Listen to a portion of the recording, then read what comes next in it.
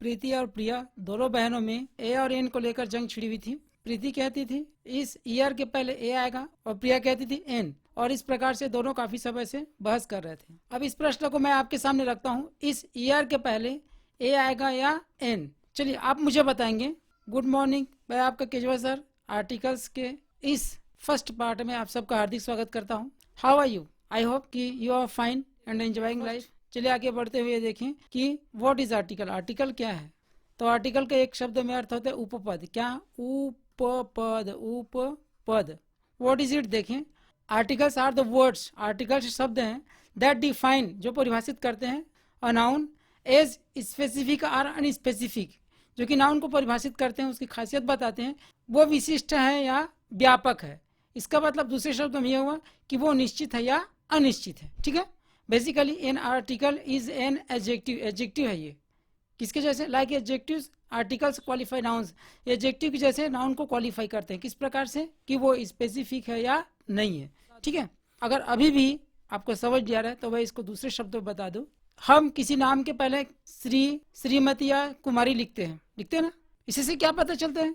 इससे कुछ पता चलता है कि वो शादीशुदा है या नहीं है, वो महिला है या पुरुष है। इसी प्रकार से ये आर्टिकल्स होते हैं जो कि नाउन्स के पहले लगते हैं। किसके पहले? नाउन के पहले लगते हैं, और उसको स्पेसिफाई करते हैं कि ये निश्चित है या अनिश्चित है, ये किसी विशेष संदर्भ में कहा गया है या किसी भी संदर्भ में नहीं कहा गया है। ये बताने का काम कौन करता है? आर्टिकल करता है। ये वास्तव में नाउन के पहले लगते हैं और ये नाउन की खासियत या विशेषता बताते हैं। क्या बताते हैं? कि वो निश्चित है या अनिश्चित है। क्लियर? तो ये है आर्टिकल। कंसेप्ट क्लियर हुआ? एक एग्जांपल ले लें। देयर इज ए काउ, वहां एक गाय है। अब कौन सी गाय है पता नहीं है, कोई भी गाय है पता नहीं है, किसका है क्या है कुछ पता नहीं, एक गाय है माने है। ठीक है, एक एग्जांपल और लें। द काउ इज ब्लैक, वो गाय श्यामा है। देखो द के प्रयोग से पता चल रहा है कि वो निश्चित है। कौन सी गाय? वो गाय जो कि श्यामा है। ठीक है, यहाँ ए के प्रयोग से पता चल रहा है कि कोई भी गाय है। इस द के प्रयोग से पता चल रहा है कि वो निश्चित गाय है, वो चाहे किसी व्यक्ति के पास खड़ी हुई है या फिर कहीं पर है, पर इस द के प्रयोग से पता चल रहा है कि वो निश्चित है, और इस अ के प्रयोग से पता चल रहा है अनिश्चित है। चलिए, तो इस तरीके से एग्जांपल्स के माध्यम से कॉन्सेप्ट क्लियर हुआ। अब देखें टाइप्स ऑफ आर्टिकल्स। तो there are two types of articles, दो प्रकार के आर्टिकल्स होते हैं। फर्स्ट इज डेफिनेट आर्टिकल, निश्चित article, and second is indefinite article, अनिश्चित आर्टिकल्स। ठीक है, देखें डेफिनेट के अंतर्गत क्या आता है? द, क्या? द, और इनडेफिनेट के अंतर्गत ए और एन, क्या? ए और एन। अब ये देखें ये ए और एन क्या है? तो ये ए और एन है वो वन का वीक फॉर्म है। क्या फॉर्म है? वीक फॉर्म है।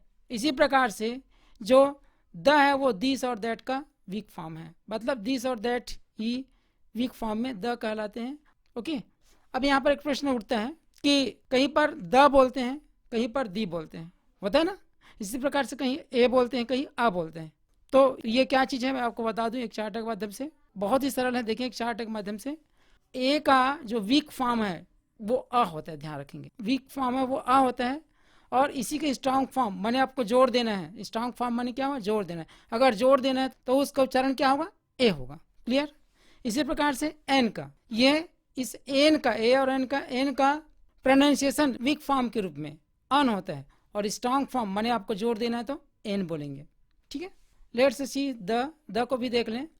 तो इसका जो वीक फॉर्म है वो द या दी नहीं, दी, शॉर्ट ई।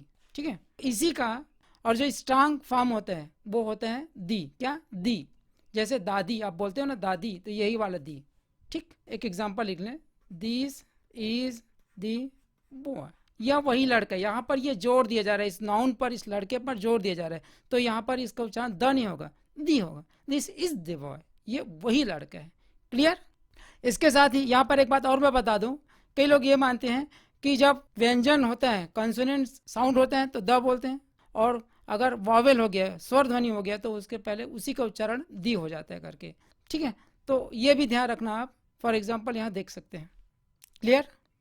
चलिए यूसेज देखें, इसके प्रयोग देखें कहाँ कहाँ पर होता है आपको पता है, मैं फटाफट बता दूं। ए और एन का प्रयोग सिंगुलर नाउन के पहले होता है। कहाँ पर होता है? सिंगुलर नाउन के पहले, बिफोर सिंगुलर नाउन।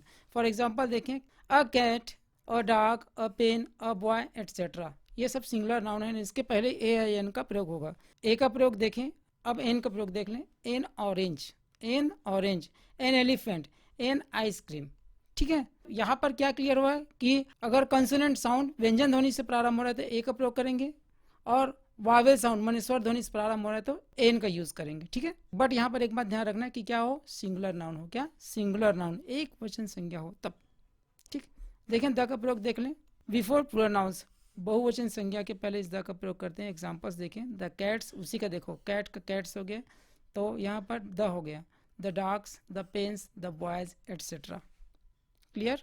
तो चलिए ये है आर्टिकल का सामान्य परिचय। इस वीडियो में सिर्फ इतना। अगले वीडियो में ए और एन के प्रयोग के साथ फिर मिलेंगे। तब तक आप मुस्कुराते रहें और मेहनत भी करते रहें। Best of luck. Thank you.